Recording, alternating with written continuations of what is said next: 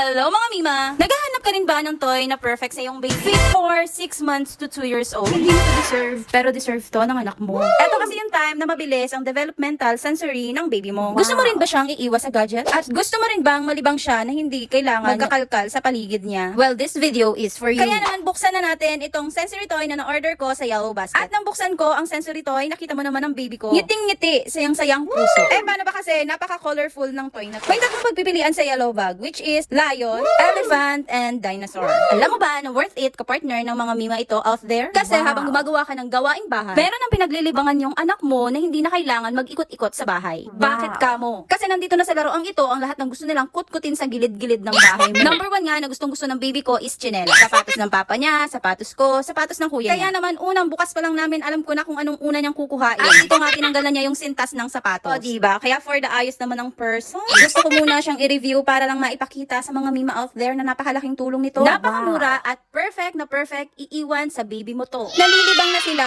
natutuwa, at natututo pa silang gamitin yung mga bagay-bagay. Hindi nakaka-boring na laruan yan sa ganyang edad kasi napaka-colorful. Feeling nila marami na silang laruan. And feeling nila nasa harap na nila lahat. Kasama na dyan yung zipper ng bag, ng wallet, yung nakikita nila yung mga susi. Kasama na rin dito yung botones ng damit na talaga namang bonggang-bongga yung anak ko dyan. For the giggle pa nga yun pag nagtatanggal. Yung mga kadalasang nakikita nila, lahat nandyan na. Kaya wag ka na mag-isip ng bongga Mima, i-check out mo na. Ilalagay ko na lang yung link sa comment section. I-click mo na rin yung yellow basket sa baba. At para sa susunod na review, follow for more. Salamat po sa panonood. Sa susunod po ulit. Thank you!